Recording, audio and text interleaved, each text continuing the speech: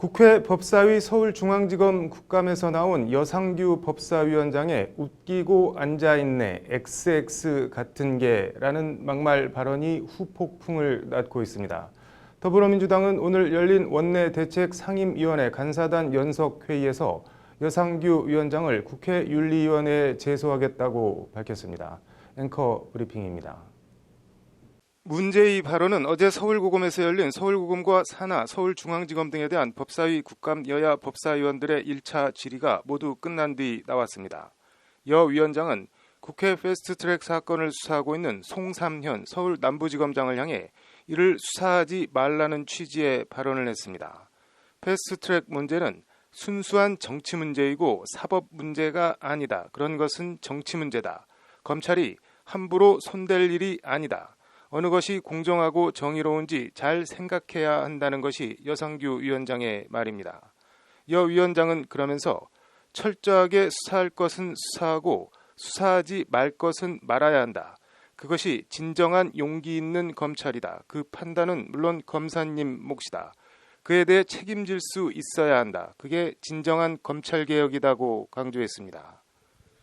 여 위원장은 지난 4월 패스트트랙 처리 과정에서 사개특위위원으로 보임됐던 최입의 바른미래당 의원을 위원회관 내 최 의원 사무실에 감금한 국회법 위반 혐의로 고발된 상태입니다. 패스트트랙 사건 피고발인 신분인 여 위원장의 패스트트랙은 검찰이 함부로 손댈 일이 아니다는 발언에 민주당은 즉각 반발했습니다. 사실상 수사를 하지 말라는 취지로 발언했다. 문제는 이분이 당사자다. 수사를 받아야 될 대상이다. 수사받아야 될 대상이 수사기관에 대고 수사하지 말라? 부당하다는 것이 김종민 민주당 의원의 말입니다. 김 의원은 그러면서 그런 주장 할 수 있다. 근데 남부지검 조사실에 가서 그 말씀을 해야 한다. 국정감사장에서 감사위원 자격으로 해선 안 될 말이다. 명백하게 반칙이다. 국회법 정신을 정면으로 훼손하는 명백한 반칙이다고 목소리를 높였습니다. 여당 간사인 송기현 의원은 위원장석에 직접 나가 항의했고 여야 의원들 사이에 고성이 오가는 와중에 김종민 의원은 자리에 앉아 위원장 자격이 없다. 최소한 체면은 지켜야 한다고 큰 소리로 항의했습니다. 이에 여 위원장은 누가 감히 소리를 지르느냐며 누가 당신한테 자격 받았느냐고 목소리를 높였습니다. 여 위원장은 그러면서 듣기 싫으면 귀를 막으라. 민주당은 듣고 싶은 얘기만 들어라. 원래 듣고 싶은 얘기만 듣지 않느냐고 냉소하듯 말했습니다. 이어 여 위원장은 웃기고 앉았네. XX 같은 게라고 중얼거리듯 말을 했는데 이 발언이 고스란히 방송사 카메라에 잡혔습니다. 이에 민주당 의원들이 정식으로 사과를 요구하자 여 위원장은 흥분해서 정확한 표현이나 말이 기억이 나지 않는데 상대방의 이야기가 극도로 귀에 거슬려서 그런 말을 했을 수도 있다고 생각한다. 대단히 미안하게 생각한다고 사과했습니다. 일단 이번 막말 사단의 단초가 된 패스트트랙 고발은 한국당 의원들이 더 많아서 그렇지 민주당 의원들도 다수 고발된 일종의 쌍피 사건입니다. 그걸 검찰을 피감기관으로 두고 있는 국회 법사위원장이 수사하라 말라 하는 건 더구나 본인이 피고발인 신분임을 감안하면 대단히 부적절한 발언임은 분명해 보입니다. 이인영 민주당 원내대표는 오늘 오전 국회에서 주재한 원내대책 상임위원회 간사단 연석회의에서 명백한 수사 청탁이자 모렴치한 피고발인 언행이다. 참으로 뻔뻔하다며 여상규 의원을 국회 윤리위에 제소하겠다고 밝혔습니다. 여 위원장의 웃기고 앉아있네라는 발언이 방송 전파를 탄 건 이번이 처음이 아닙니다. 지난해 방송된 모 지상파 방송사 시사 프로그램 간첩 조작 사건 판결 관련해 취재진과의 전화 인터뷰에서 여 위원장은 웃기고 앉아있네 이 양반이라고 발언한 바 있습니다. 여 위원장은 1980년 당시 안기부가 서울시경 정보과에서 근무하던 석다륜 씨를 고문의 간첩으로 조작한 사건의 1심 담당 판사로 여 위원장은 석 씨에게 당시 무기징역을 선고했습니다. 웃기고 앉아있네라는 표현이 여 위원장이 평소 잘 쓰는 표현인 것 같은데 국감장에서 동료 의원을 향해 XX 같은 게라는 막말과 붙여 써서 그렇지 공사를 가려 쓴다면 표현 자체를 문제 삼을 순 없을 것 같습니다.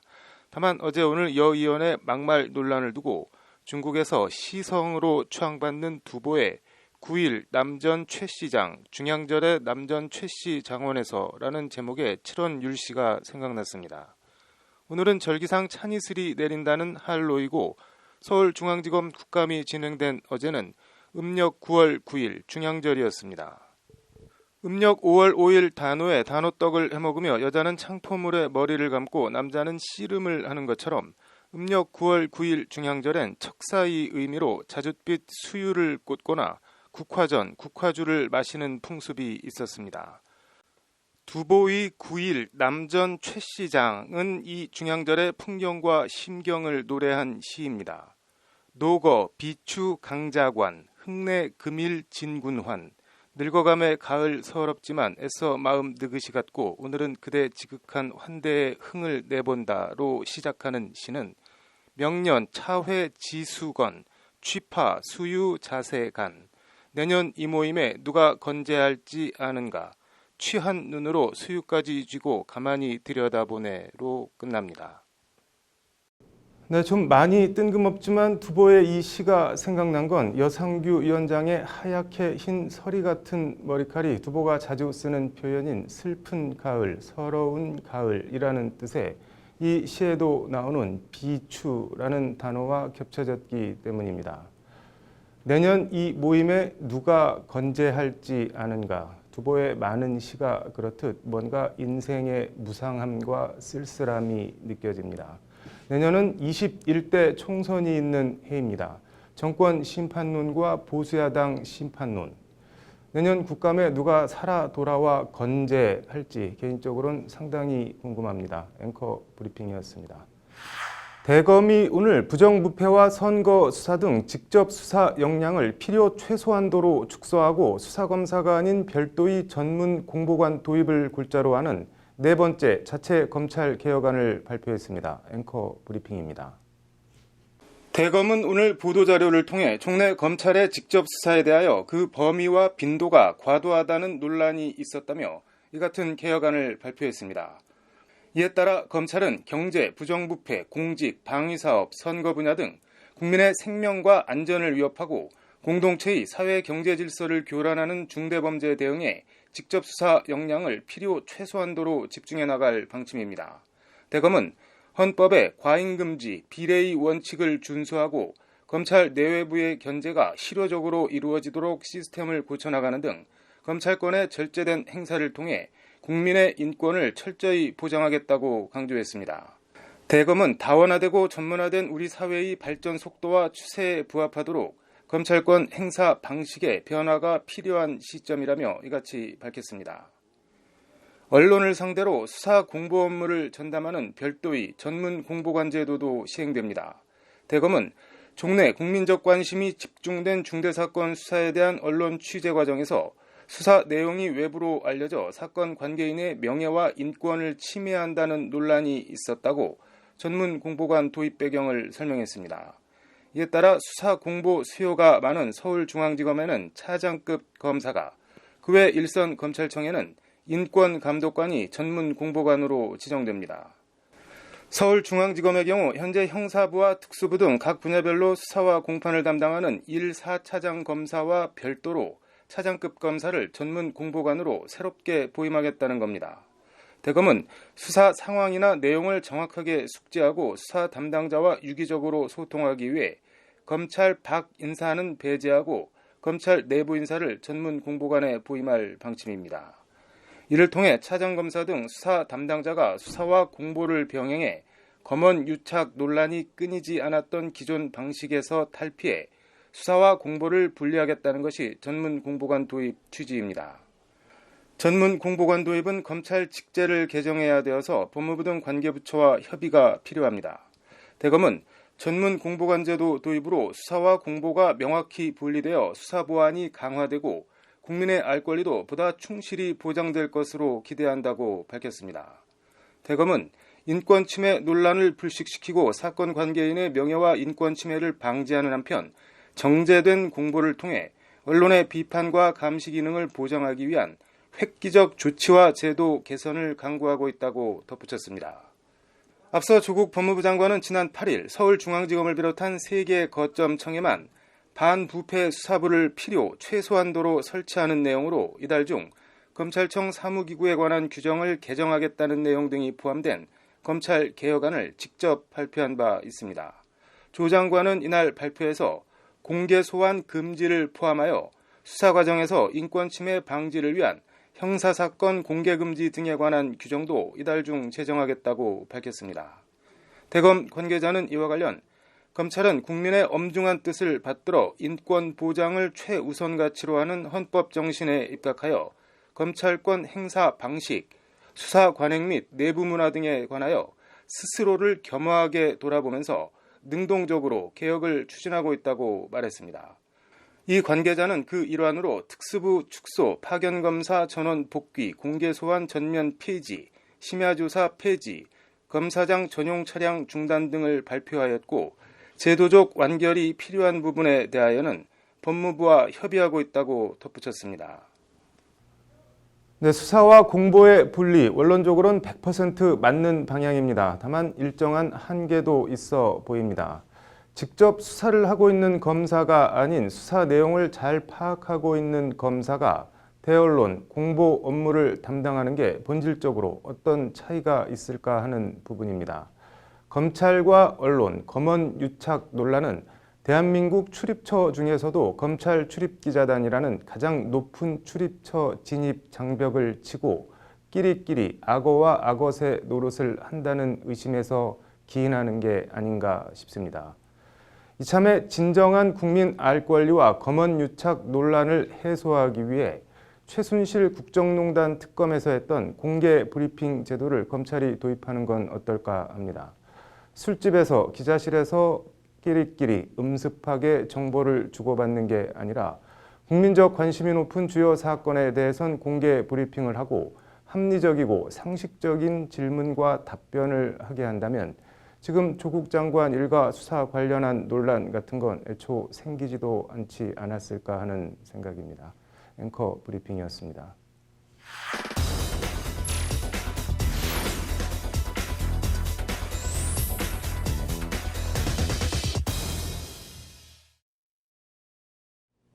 네, 국회 법사위 서울중앙지검 오늘 국감에선 가족 사기단 수괴라는 원색적인 말까지 나오면서 조국 장관을 둘러싼 말 그대로 대전이 벌어졌습니다. 이슈플러스 국감 현장을 다녀온 신세아 기자가 워딩을 전해드리겠습니다. 신 기자, 가족 사기단 수괴 이 발언은 누가 한 말인가요? 네, 오늘 법사위 국감은 서울고검에서 일단 열렸고요. 네. 서울고검 관할 이제 서울중앙지검과 동남북 서지검, 의정부지검, 인천지검, 수원지검 등이 대상이었습니다. 네. 이제 질의는 역시 지금 현재 조국 법무부 장관을 수사하고 있는 배성범 서울중앙지검장에게 집중이 됐는데요. 네. 예, 앞서 말씀하셨던 이 가족 사기단 수괴 발언은 네. 자유한국당의 정가변 의원의 발언이었습니다. 한번 네. 직접 들어보시죠. 네. 이미 천하가 다 아는 가족 사기단의 수괴를 장관이 임명하고 그를 검찰이 수사하는 과정에서 대통령, 국무총리, 여당, 청와대 수석 수많은 사람들이 검찰 개혁을 요구하고 있는 실정입니다. 이는 마치 파렴치하고 철면피한 도둑이 도둑 잡아라 하는 격 아닌가 생각하는데. 원색적인데 워딩이 정말 세네요. 네, 여당에서는 당장 말이 너무 심한 거 아니냐 하면서 이제 반발을 했는데요. 네. 법사위 여당 간사인 송기현 민주당 의원의 말을 한번 들어보시죠. 네. 가족 사기단의 수괴다. 이 표현은 좀 지나친 거 아니겠습니까? 굉장히 모욕적이고요. 인신공격적입니다. 법사위에서 있어서는 안 되는 표현을 생각하고요. 다른 말들은 또 뭐 어떤 게 나왔나요?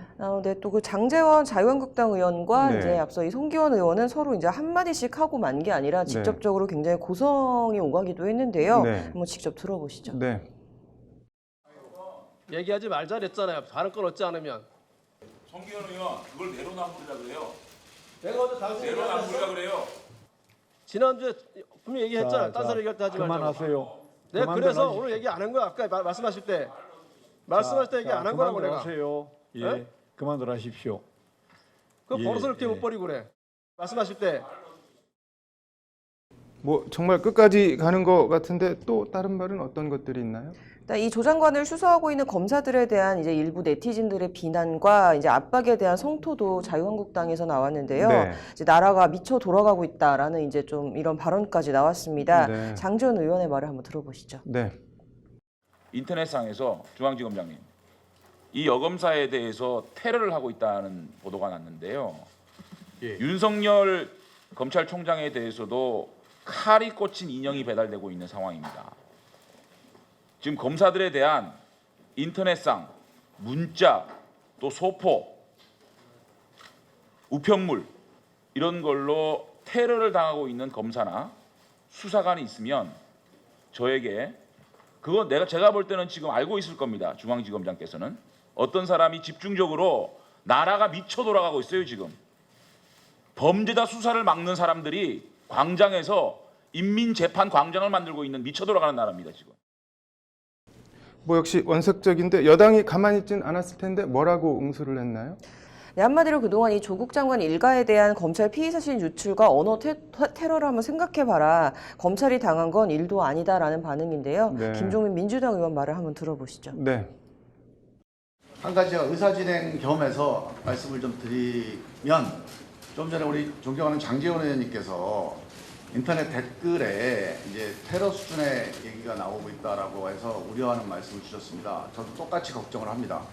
제가 우리 의원님들께 또는 우리 스스로에게 한 가지 좀 제안 겸해서 의사진행을 위해서 말씀을 드리고 싶은 말씀이 전 적어도 국회가 또는 정당이 우리 거리에 여과되지 않은 그런 테러 수준의 말을 증폭시키는 스피커 역할을 해서는 안 된다고 봅니다.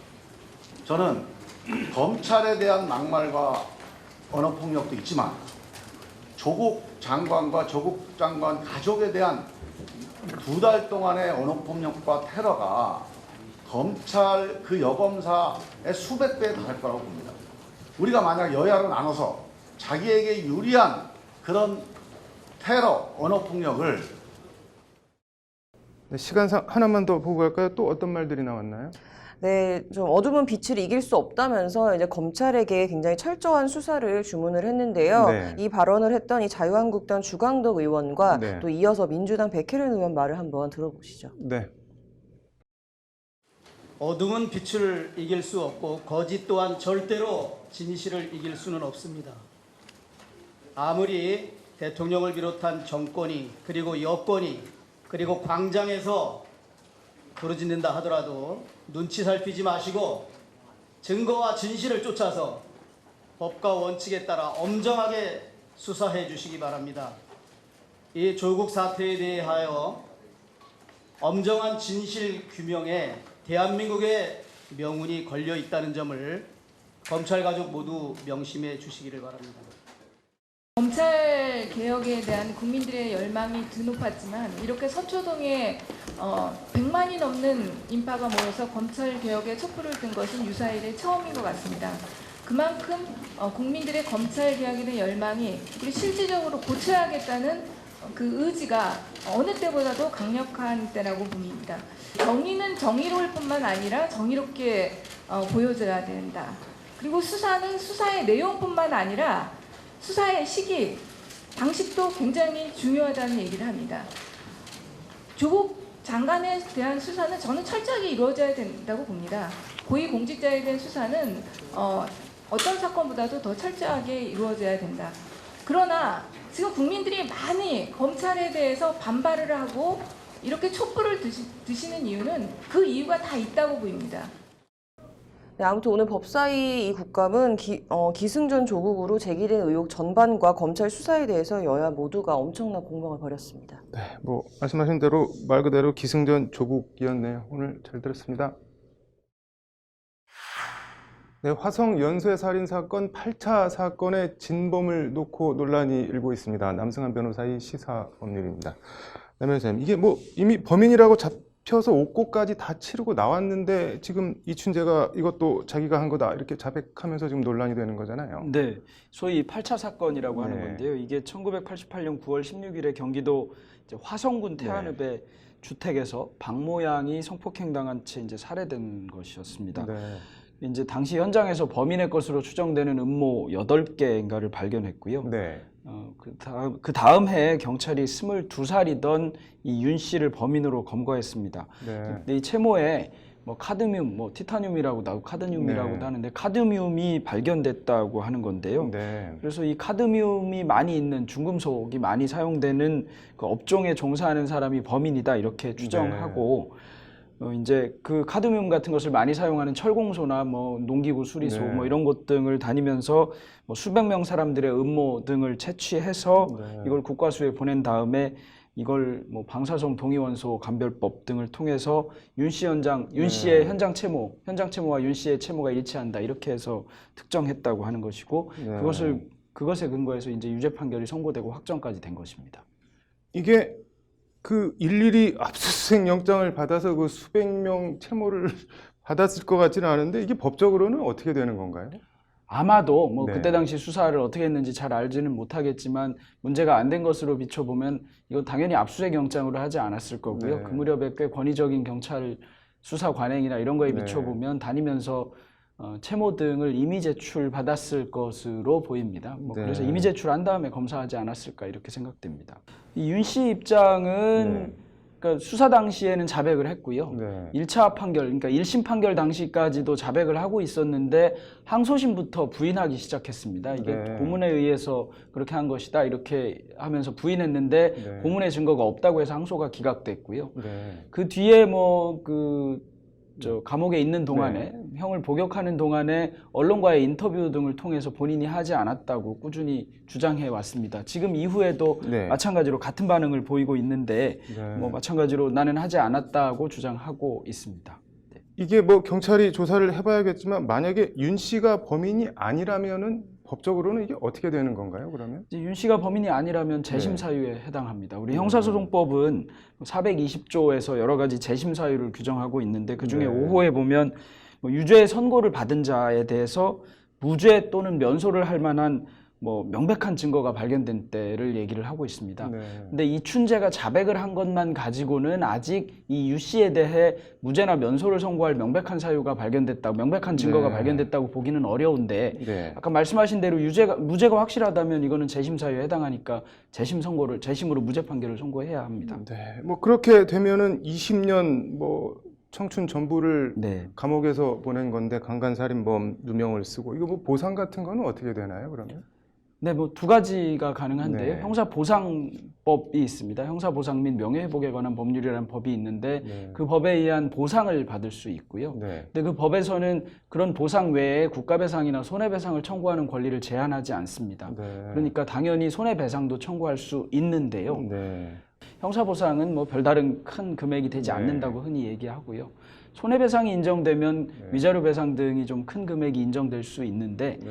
그러려면 이제 당시에 법원도 그렇게 판결을 하고 한 것인데 법원의 판결에 의한 것이 어떻게 불법행위가 되느냐 이럴 여지가 있습니다. 네. 뭐 고문이 인정된다거나 또는 명백히 증거를 잘못 판단했다거나 이런 점들이 인정되면 불법행위에 기한 손해배상 청구를 인정하고 있기는 합니다. 네. 그 경우 소멸시효도 문제됩니다. 왜냐하면 뭐 고문을 받았다고 지금 주장하고 네. 계신데 그 경우에 고문에 따른 불법행위 소멸시효는 이미 3년, 10년 다 지났거든요. 네.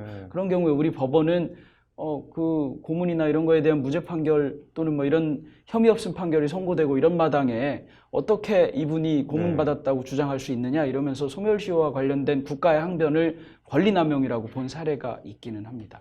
이게 뭐 복잡하네요. 민감용 경찰청장이 오늘 기자간담회에서 화성 연쇄살인은 피해자 한이 풀릴 때까지 수사하겠다고 했는데 좀 경찰이 진상을 확실하게 좀 밝혀줬으면 좋겠네요. 오늘 잘 들었습니다.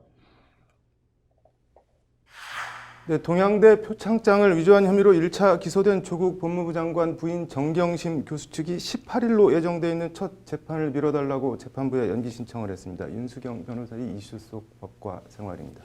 윤 변호사님, 뭐 연기 신청을 무슨 이유로 한 건가요? 네, 그 딸이 받았다는 동양대 네. 표창장을 위조한 혐의로 기소된 정경심 동양대 교수 측이 18일 오전 11시로 예정되어 있는 첫 번째 공판 준비 기일에 날짜를 늦춰달라고 재판부에 의견서를 냈습니다. 네. 재판부는 정 교수 측에 재판을 준비하기 위해서 네. 그 공소 사실에 대한 의견 등을 밝히라고 요구를 했는데요. 네. 정 교수 측은 이것을 준비하지 못했다라고 하면서 기일 변경을 신청한 것입니다. 네. 그 변론에 필요한 검찰 수사 기록이나 증거 목록 등을 보지 못했기 때문이라고 이유를 설명하고 있습니다. 뭐 검찰 수사 기록을 보지 못했다는 말이 뭔가요? 네, 그 정 교수의 변호인단은 네. 앞서서 지난달 11일에 검찰 측에 정 교수의 기소 혐의와 관련해서 네. 사건 기록을 복사해달라고 신청을 했는데 네. 검찰이 정 교수와 관련한 다른 혐의를 수사하는 데 장애가 될 수 있다라고 하면서 거절한 바가 있습니다. 네. 이게 뭐 보통 기소를 당하면 이렇게 검찰 수사 기록이나 증거 목록을 복사해 가겠다고 하는 게 일반적인 건가요? 어떤가요? 네, 이제 검찰에 기소가 되게 되면 네. 이제 피고인과 변호인은 일반적으로 검찰을 통해서 네. 사건 관련 진술과 증거가 담긴 기록을 복사해서 재판에 대비하게 됩니다. 네. 네. 이게 검찰은 어떤 이유로 뭐 기록 열람을 거부하고 있는 건가요? 네, 이제 앞서 보신 조항에서도 보신 네. 것처럼 이제 검찰은 사건 기록 전체에 대한 열람 복사를 예외적으로 거부할 수가 있습니다. 네. 기소가 된 뒤라고 하더라도 기소 혐의와 관련해서 네. 여죄 수사가 진행 중일 경우라면 이러한 예외에 해당할 수가 있겠는데요. 네. 현재 검찰은 그 정 교수의 사문서 위조와 관련한 네. 다른 혐의들에 대해서 여죄 수사가 진행 중이기 때문에 사건 기록을 공개할 경우에 증거 인멸 등 수사에 방해가 초래될 수 있다는 입장입니다. 이게 그럼 검찰이 뭐 끝까지 수사 기록 열람을 거부하고 정경심 측은 수사 기록 못 봐서 재판에 못 나가겠다. 이렇게 되면 어떻게 되는 건가요, 그러면? 네, 지금 이제 문제가 되었던 연기 신청을 한 네. 공판 준비 기일 같은 경우에는 이제 효율적이고 집중적인 심리를 위한 절차입니다. 네. 그래서 공소 사실과 적용 법조를 명확히 하고 사건의 쟁점을 정리하고 네. 증거 신청하고 뭐 체부 결정을 해서 향후 재판의 진행에 필요한 사항들을 정리하는 절차입니다. 네. 이러한 공판 준비 기일에는 검사 및 변호인은 출석을 해야 하지만 피고인은 법원이 소환할 경우에 출석을 하게 되어 있습니다. 네. 그렇지만 이제 일반 공판 기일의 경우라면 이제 피고인의 출석권이 형사소송법에 보장이 되어 있기 때문에 네. 피고인이 불출석한 경우에는 이제 경미한 사건이나 불출석의 허가 등이 있는 예외 사유가 네. 아니라면 개정을 할 수가 없게 됩니다. 네.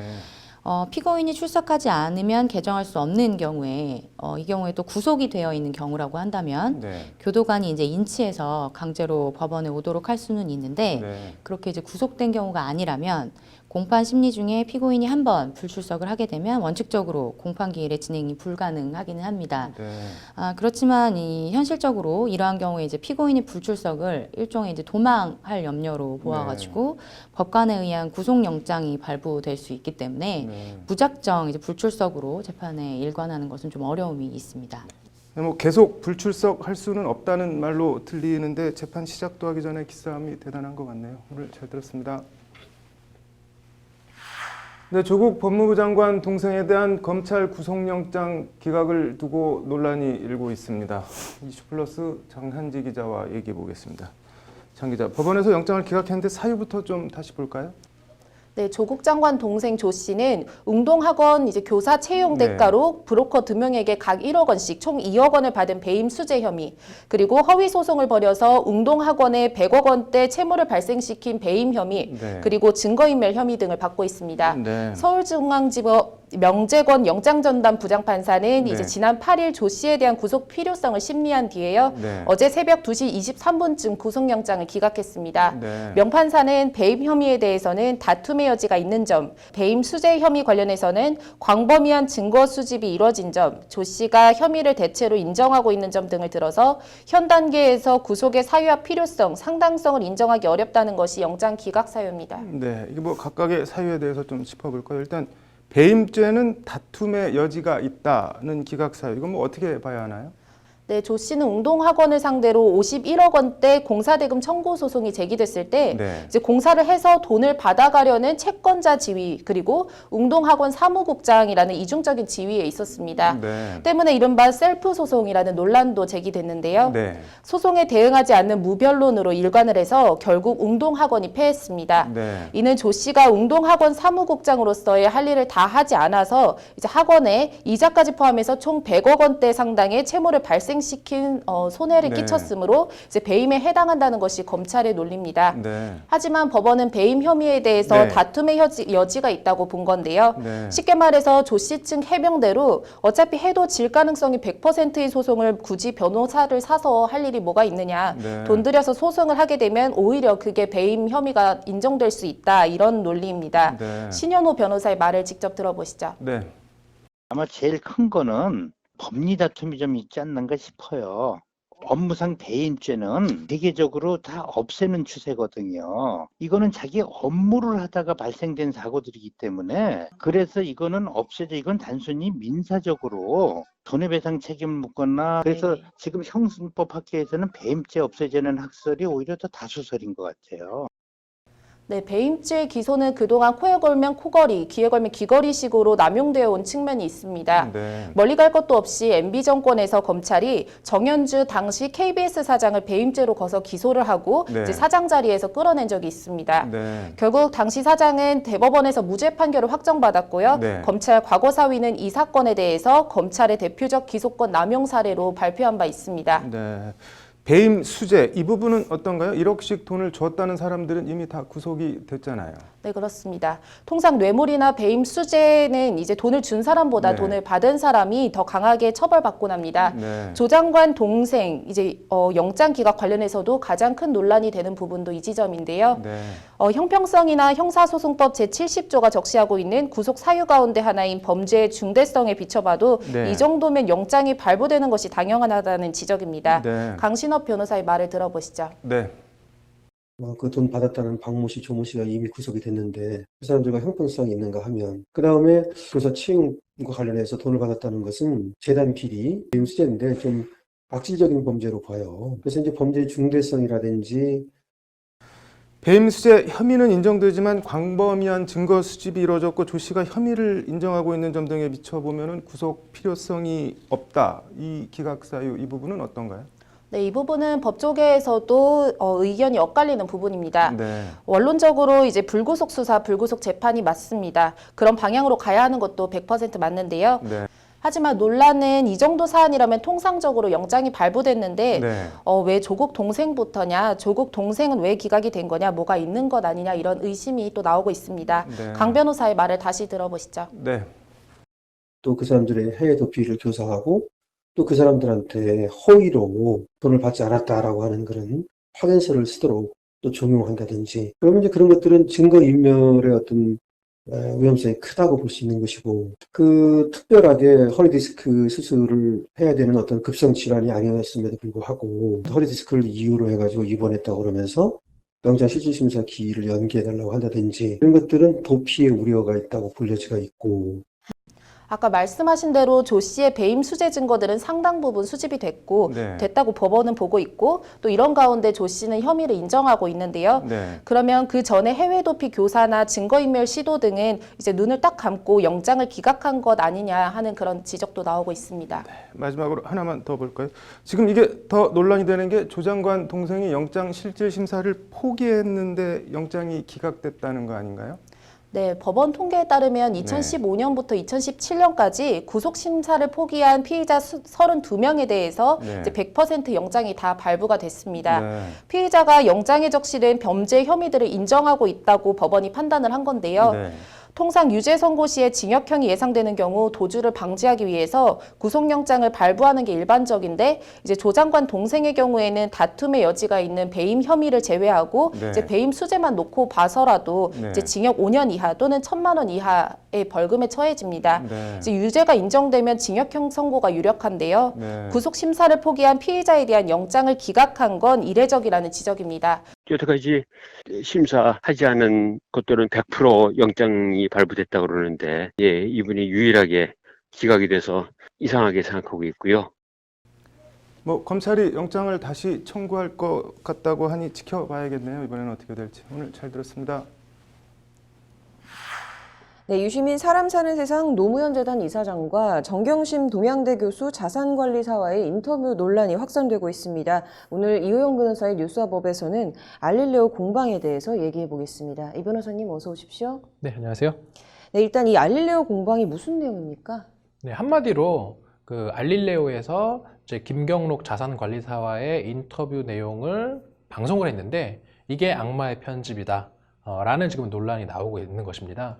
조금 자세히 말씀을 드리면 이제 알릴레오를 방송하고 있는 유시민 이사장은 그 지난 3일에 정경심 동양대 교수의 자산관리사 김경록 한국투자증권 차장과 이제 만나서 이제 녹취를 했거든요. 그래서 대화를 나눴는데 이제 이 녹취의 내용은 보면 주된 내용은 그거였어요. 그러니까 본인이 이제 검찰 조사를 받고 그랬는데 좀 그 과정에서 여러 가지 억울한 점이 있다. 특히 이제 정경심 동양대 교수는 오히려 사기 피해자다. 그러니까 차명 투자를 한 것이 아니라 자기가 봤을 때는 오히려 그 속아서 사기를 당한 것이다. 라는 어떤 그런 이야기를 했는데 결국은 사모펀드 그 조국 일가의 어떤 그 사모펀드 논란과 관련해서 사실 김경록 씨는 정경심 교수를 좀 두둔하는 그런 발언을 좀 했던 것이거든요. 그런데 여기에서 이제 문제가 된 것은 지금 그 사모펀드 수사와 관련해서 김경록 씨가 받고 있는 혐의가 바로 그 정경심 동양대 교수가 보관하고 있었던 PC를 반출했다. 검찰의 압수수색을 앞두고 이제 김경록 씨가 반출을 했는데 이것이 이제 형법상 증거인멸, 그 증거인멸 중에서도 증거를 은닉하는, 증거를 숨겼다라는 것이죠. 증거를 은닉했다라는 이제 혐의를 받고 검찰 조사를 받고 있는데 그 부분에 대해서 유시민 이사장과 김경록 씨가 이제 인터뷰를 할 당시에 김경록 씨는 유시민 이사장한테 내가 증거인멸 혐의를 인정했다 이렇게 이야기를 했는데 정작 알릴레오 방송에는 김경록 씨가 혐의를 인정했다라는 내용은 쏙 빠지고 오히려 증거인멸 또는 증거은닉에 대해서 부인을 했다. 정경심 교수가 어떤 증거를 숨기라라고 이야기를 한 것이 아니라 오히려 주요한 증거를 확보하기 위해서 해당 PC를 좀 보관해 줄 것을 그렇게 이야기를 해서 자기가 그걸 들고 나왔다. 이런 식으로 이야기를 했다라는 내용만 방송을 탔는데 이게 결국은 짜깁기다. 악마의 편집이다. 이런 이야기가 좀 나오게 된 것이죠. 네. 그러면 뭐 어쨌든 인터뷰 전문도 공개가 됐고 공개될 거는 다 이제 공개가 된 것 같은데 지금 이렇게 공방이 벌어지는 이유가 정확히 뭡니까? 이제 알릴레오 방송이 나가고 나서 이제 다른 언론사에서 그 유시민 이사장과 김경록 씨 사이에 녹취록을 입수를 했다라는 이제 보도가 나옵니다. 그래서 보도가 나오면서 그 보도에는 지금 알릴레오 방송에서는 그 김경록 씨가 이제 증거 은닉에 대해서 인정을 하지 않았고 그다음에 정경심 동양대 교수가 그런 증거를 인멸 내지는 은닉하라라는 지시를 한 적도 없다라고 이야기를 했다라는 어떤 그런 방송만 나갔는데 이 부분에 대해서는 이제 그거이고 결국 KBS와의 사실은 문제인데 이제 유 이사장이 지난달 10일에 KBS가 이제 김경록 씨의 어떤 그런 인터뷰 보도를 내보내는 것과 관련해서 그 김경록 씨와 인터뷰한 내용을 보도하지 않고 오히려 김경록 씨와의 인터뷰 내용을 검찰에 유출을 해서 김경록 씨가 나중에 검찰 조사를 받는 과정에서 KBS와의 인터뷰 내용이 검사가 보고 있는 그 PC 대화창에 뜨면서 자신한테 그 KBS와 인터뷰한 내용 중에 이러이러한 내용이 있던데 그것에 대해서 좀 이야기를 해봐라. 이런 식으로 검찰 조사에 불리하게 어떤 작용을 했다.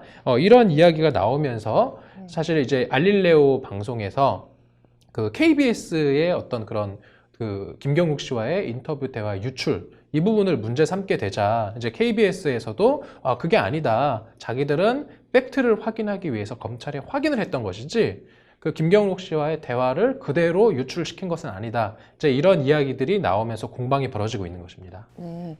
뭐 KBS도 지금 인터뷰 전문을 공개를 했습니다. 내부적으로 지금 어떤 분위기입니까?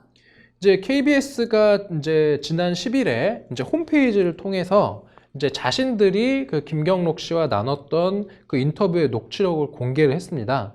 그러니까 김 씨와의 인터뷰를 이제 짜깁기 해서 뭔가 검찰의 입맛에 맞게 보도를 했고 또 그러한 내용을 검찰에 유출했다라는 게 이제 알릴레오에서 유시민 이사장이 주장한 것이었는데 그게 아니다라고 이제 반박을 하는 그런 내용이었고요. 그 내용을 조금만 살펴보면 김 씨는 이제 그 사모펀드 운영사 코링크 PE를 조 장관의 오촌 조카가 운영한다는 사실을 정 교수도 이미 알고 있었다라는 내용을 했다라는 거고요.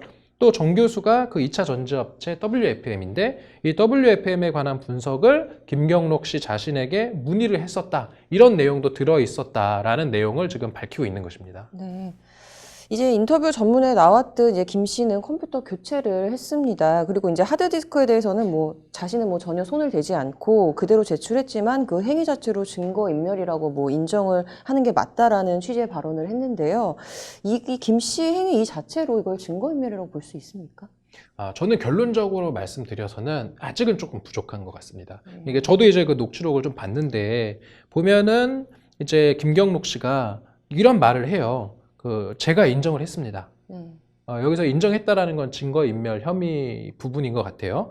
인멸을 했고, 조금 더 보면, 업그레이드를 하건 뭘 손을 대건 하든 이런 것들은 전혀 손을 대지 않고 그대로 제출을 했지만, 그러니까 그 PC와 그 하드디스크를 손대지 않고 그대로 제출했다라는 거거든요.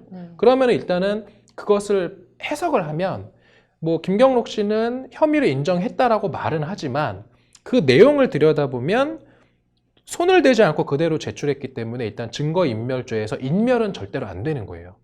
그러니까 증거인멸 혐의를 인정했다라는 말은 성립될 수가 없는 것이고요. 그러면 남는 것은 이제 증거은닉 부분이 남는데 그 증거은닉이 인정되기 위해서는 어떤 타인의 형사사건에 관한 증거를 숨긴다라는 게 은닉이지 않습니까? 그러려면 그 증거를 내가 가지고 나오는 이러한 행위가 PC를 들고 나오거나 하드디스크를 가지고 나오는 행위가 주요 이런 타인의 형사사건, 정경심 동양대 교수와 관련된 이 형사사건의 증거를 숨기는 것이다 라고 그 당시에 김경록 씨, 적어도 정경심 씨, 이 두 사람이 이야기를 했다고 하지 않습니까? 그러한 것들을 이러한 행위가 증거를 숨기는 것이다라는 사실에 대한 인식이 있었어야 되는데 지금 이야기하는 걸 보면은 그 자료를 확보하기 위해서라는 말을 하거든요. 다시 말해서 증거를 숨기려고 했다라는 어떤 그런 인식이 있었다라고 보기는 조금 어려워서 제가 만약에 판사라면 이 정도 어떤 대화를 가지고 김경록 씨가 본인의 증거인멸죄와 관련된 증거은닉 혐의를 인정했다라고 보기는 어려울 것 같습니다. 지금 현재 검찰도 유시민 이사장에 대한 의혹 제기에 대해서 유감을 표명했다고 하는데요. 이번 논란에 대해서 좀 개인적으로 어떻게 보십니까? 이제 결국은 이제 악마의 편집이냐 아니냐의 문제인 것 같은데 이게 김경록 씨와 유시민 이사장의 녹취록이 지금 하나 나와 있고 그 다음에 KBS와 김경록 씨 사이에 녹취록이 나와 있는데 사실 대부분의 사람들이 이 녹취록을 과연 몇 명이나 읽어보고 생각을 할지 조금 의문이에요. 그래서 제가 말씀드리고 싶은 거는 이렇게 압축을 어떠한 대화를 편집을 해서 보도를 하는 그런 과정에서는 필연적으로 그 편집자의 주관이 개입될 수밖에 없는 것이기 때문에 유시민 이사장이든 KBS든 간에 각자가 보는 관점이 사실은 반영이 된 거거든요. 유시민 이사장 같은 경우는 김경록 씨의 어떤 그런 대화를 놓고 봤을 때 그 대화의 맥락이라고 표현을 해요. 이 맥락상 자기가 봤을 때는 증거인멸죄의 혐의를 인정하지 않았다라고 본 것이고요. KBS 같은 경우는 아니다. 자기들이 봤을 때는 오히려 그 이제 증거인멸은 약간은 좀 곁다리고 이제 정경심 교수가 당시에 이제 코링크 PE를 통해서 사모펀드에 그 자금이 투자되고 그러한 자금이 어떤 회사들에 투자되고 있었는지 알았다라는 것에 사실 포커스를 둔 것이거든요. 그러니까 제가 봤을 때는 유시민 이사장, KBS 모두가 어찌 보면은 진실을 이야기하고 있을 가능성이 있다. 다만 그들이 보고 싶은 그들이 어떤 해석한 그러한 이제 컨텍스트, 맥락을 좀 강조하다 보니 서로 좀 핀트가 어긋나 있는 그런 상황이 된 것 같습니다. 말씀하신 대로 좀 비슷한 맥락의 인터뷰 내용을 가지고 어떻게 이렇게 양쪽 의견이 이렇게 다를 수가 있는지도 좀 신기하네요. 오늘 잘 들었습니다.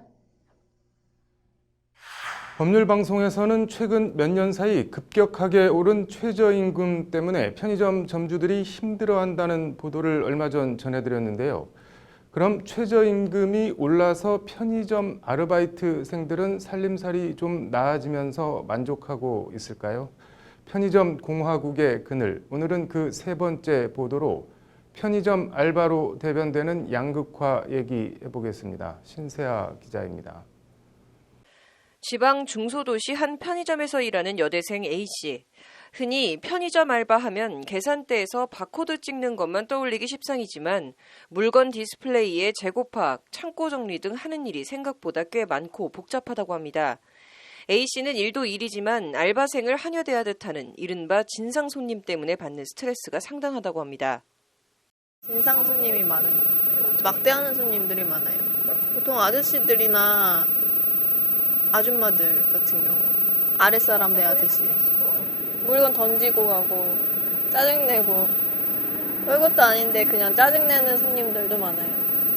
이런 거나 하는 주제에 그냥 말하면 들을 것이지 뭐 이런 식으로. 이런 진상 손님 문제가 어제 오늘 일도 아니고 어쨌든 시간당 최저임금이 올라서 수입엔 좀 도움이 되지 않냐는 질문엔 꼭 그렇지도 않다며 고개를 젓습니다. 점주들이 직접 들어가는 경우도 많고 잘 안 쓴다는 게 단점이죠. 최저임금이 올라도 아직은 부족한 점이 많죠. 저는 공부하는 학생이어서 그냥 줄여서 쓰는. 일단 사실상 지금은 폐기하긴 했지만 최저임금 시급 10,000원을 대선 공약으로 걸고 당선된 문재인 정부에서 지난 2년간 최저임금은 두 자릿수 상승률을 기록하며 올해 최저임금은 8,350원입니다. 2017년 6,470원과 비교하면 2년 만에 2,000원 가까이 오른 셈입니다. 이렇게 급격히 최저임금이 오르다 보니 점주들이 알바 비용을 감당하지 못해 알바생을 내보내고 본인은 물론 남편, 아내, 아들, 딸, 엄마 등 온 식구가 편의점 일을 하는 이른바 가족 경영에 나서면서 편의점 알바 구하기 자체가 어려워진 겁니다. 엄마야, 엄마. 그러면 점주분은 우리 애들이. 몇 시부터 몇 시까지? 저 아침부터 지금 오후 몇 시까지 하지? 4시인가 4시. 못해요. 나오지가 않아요.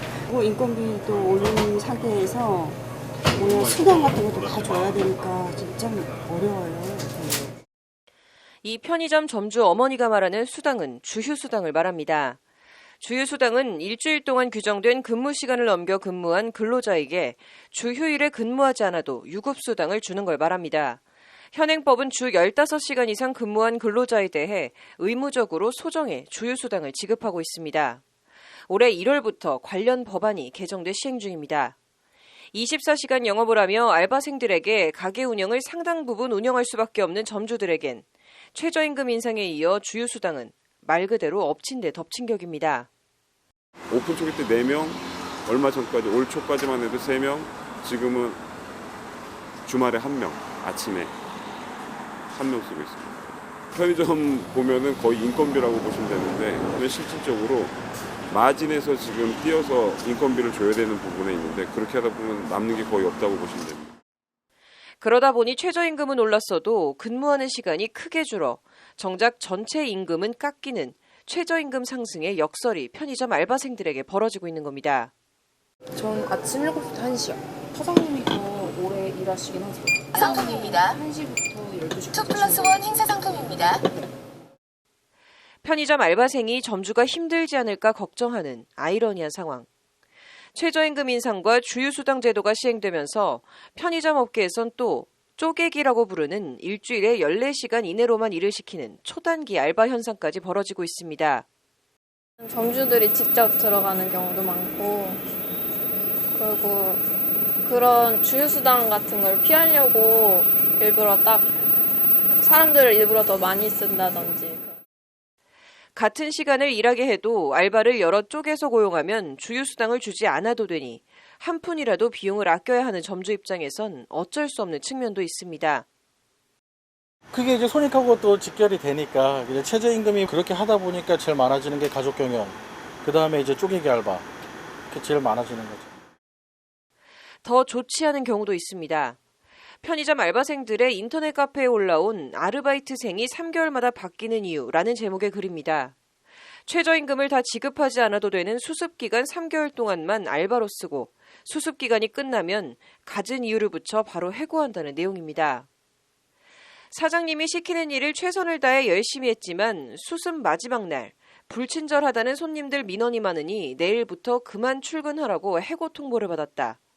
손님들이 아르바이트생이 왜 이렇게 자주 바뀌냐고 해서 사장님도 힘들겠구나 생각했었는데 이제야 보니 상습적으로 수습 기간만 쓰고 해고한 것 같다는 게 이 네티즌의 주장입니다. 해당 게시글엔 설마 월급 아끼려 그랬겠냐는 댓글에서부터 악덕점주 많다는 등 갑론을박이 벌어졌습니다. 모든 선의가 반드시 정의로운 결과로 이어지는 것은 아니다라는 말이 있습니다. 최저임금 10,000원 달성을 기치로 내걸고 정부가 선의로 시작한 최저임금 인상과 주유수당 제도가 적어도 편의점 업계에선 이런저런 부작용을 낳고 있는 게 사실입니다. 편의점 업계의 저매출, 저수익이 고착화하고 있는 가운데 점주와 알바생 모두 서로의 눈치를 봐야 하는 을과 을의 생존 게임이 벌어지고 있습니다. 법률방송 신세아입니다. 저희 법률방송에서는 문신을 의료행위로 규정해 의료인만 할 수 있도록 하고 있는 법과 현실의 괴리에 대해 지속적으로 문제점을 짚어보고 대안을 모색해보는 보도를 하고 있는데요. 정부가 모든 문신 시술을 불법화하고 있는 현재 기조에서 탈피해 반영구 화장 등 미용 차원에서 하고 있는 문신부터 합법화하는 쪽으로 가닥을 잡고 관련 정책을 추진한다고 발표했습니다. 관련해서 해외에선 관련 제도가 어떻게 되어 있는지 알아봤습니다. 문신잔혹사 그 7번째 장한지 기자의 보도입니다. 젊음과 패션, 유행의 거리 홍대 입구역 부근입니다. 간단한 손목 타투를 전문으로 하는 샵부터 팔이나 허벅지 등 특정 신체 부위를 강조하는 샵 등 타투샵들이 곳곳에 자리 잡고 있습니다. 오가는 사람들을 봐도 팔이나 손가락에 간단한 타투를 한 사람부터 상반신 전체에 타투를 한 사람까지 몸에 타투를 새긴 사람들을 너무나도 쉽게 볼 수 있습니다. 몸에 바늘을 새겨 먹물을 넣는다는 식의 의미 부여가 오히려 우스울 정도로 타투는 말 그대로 개성 표현의 한 방식일 뿐입니다. 그냥 하니까 저도 꾸미고 싶어가지고 그거 외에는 딱히 의미를 두고 크게를 안 한 것 같아요. 요즘은 옛날이랑 다르잖아요. 그냥 패션으로 자리 잡고 있어서 그냥 그런 목적이었어요. 그냥 다른 거 없었어요. 이효리 등 호감도 높은 유명 연예인이나 스포츠 스타들도 공공연히 타투를 자랑하고 있어 문신하면 조폭이나 양아치나 하는 것이라는 이미지도 다 옛날 옛적 얘기일 뿐입니다. 저는 뭐 제 몸에 타투를 하지 않았지만 뭐 본인이 원한다고 하면 개성이기 때문에 무관하다고 개인적으로 생각합니다. 더구나 눈썹이나 아이라인 문신 같은 미용 문신은 번거롭게 지웠다 칠했다 하는 화장을 대신할 정도에 이르렀을 정도로 보편화됐습니다. 눈썹 문신 같은 경우는 필요하니까 하는 거여서 눈썹이 아예 없어서 했거든요. 없는 사람은 많이 하는 것 같아요. 저처럼. 그럼에도 몸에 여러 문양이나 디자인을 직접 새기는 타투나 문신은 물론 눈썹 문신 같은 흔히 하는 간단한 반영구 화장도 현재는 모두 징역 2년까지 처해질 수 있는 불법 의료행위입니다. 굳이 왜 불법으로 규정하는지도 모르겠고 이미 다 공개적으로 하고 있잖아요. 그냥 일반 타투샵도 뭐 인스타그램이나 이런 데서도 홍보 많이 하고 또 뭐 확실하게 잡을 것도 아닌데 왜 규제하는지 모르겠어요. 이런 법과 현실의 괴리를 감안해 정부가 규제 개혁 차원에서 문신을 일부 합법화하는 쪽으로 제도 개선을 추진합니다. 국무총리실 국무조정실은 보도자료를 내고 반영구 화장 등 문신 시술 가운데 안전 위생 위험이 낮은 분야에 대해서는 비의료인의 시술을 허용하는 방안을 마련하겠다고 밝혔습니다. 국무조정실은 미용이나 개성 표현 일환으로 문신 시술이 성행하고 있지만 의료행위로 분류돼 불법행위 양산 문제 및 보건위생관리상 문제가 발생하고 있다고 제도 개선 배경을 설명했습니다. 사실 이제 광범위하게 시술되고 있는 게 현실이었는데 불법으로 묶여 있다 보니까 불법 문제가 사실 발생을 하고 있었거든요. 그래서 이번에 이제 그 안전성이나 이런 위험이 좀 낮은 문신 시술 중에서 반영구의 부분에 대해서는 풀어서 좀 업을 활성화하고자 하는 게. 현재 문신 시술 종사자는 약 22만 명, 시장 규모는 반영구 화장이 1조 원, 영구 문신 시장이 2천억 원 등 1조 2천억 원 규모로 추산됩니다. 보건복지부 관계자는 구체적인 규제 완화 범위와 시술자의 자격 기준 등에 대한 논의를 거쳐 내년 초 관련법을 개정할 계획이라고 밝혔습니다. 정부는 향후 문신 전반에 대해 규제를 완화하는 방안도 적극 검토할 계획입니다. 현장의 소리를 가까이 듣고 정책에 반영해 주셔야 합니다. 특히 업계와의 소통을 강화해 주시기 바랍니다. 실제 해외 사례를 봐도 미국의 경우 의료인에게만 문신 시술을 하도록 하는 주는 없습니다. 대부분 주별로 별도의 문신 자격증이나 면허 제도를 운영하고 있습니다. 영국은 지역별로 등록된 문신업소 시술자에게 최소 1년 이상 문신기술, 위생, 안전교육을 받은 뒤 문신 라이센스를 받아 등록을 하도록 하고 있습니다. 프랑스의 경우엔 법으로 규정된 위생, 보건교육 이수증을 첨부해 지역 보건청에 신고만 하면 문신 시술을 할 수 있습니다. 주요 선진국은 이처럼 문신을 별도의 전문직이라고 인정해 관리하고 있는 데 반해 문신을 의료행위로 규정해 일체 금하고 있는 나라는 일본 정도가 유일합니다. 다른 자격제도를 딸 수 있는 기회를 주지 않고 의사가 무조건 돼야 돼 라는 이야기하면서 의사가 되지 않은 상태에서 문신행위를 하면 2년 이상의 징역을 과하게 하는 것은 기본권의 제한이 아니라 제한을 넘는 침해에 해당한다. 하지만 의료계에선 문신 합법화 추진에 대해 여전히 우려와 경계의 시각이 적지 않습니다. 일단 풀어주면 우후죽순처럼 하는 사람도 받는 사람도 늘어날 텐데 나중에 후회하는 등 부작용 가능성을 배제할 수 없다는 지적입니다. 합법화하면은 이 사람들이 이제 뭐 당당하게 광고도 할 수 있을 거고, 그러다 보면은 이제 또 광고라고 하는 게 사람을 좀 혹하게 하는 부분이 있어서 신중하게 생각하지 않고 그냥 충동적으로 하는 사람들도 많아질 거고요. 그 후회를 되돌리기가 쉬운 일이 아니고. 문신업계에서는 정부의 방침을 환영한다면서도 앞으로 개정안이 마련되기 전까지 문신 시술 자격과 범위, 조건과 관련한 합리적인 안이 마련될 수 있도록 적극적으로 목소리를 내는 한편 의사들을 설득하는 작업을 병행할 예정이라고 밝혔습니다. 법률방송 장한지입니다.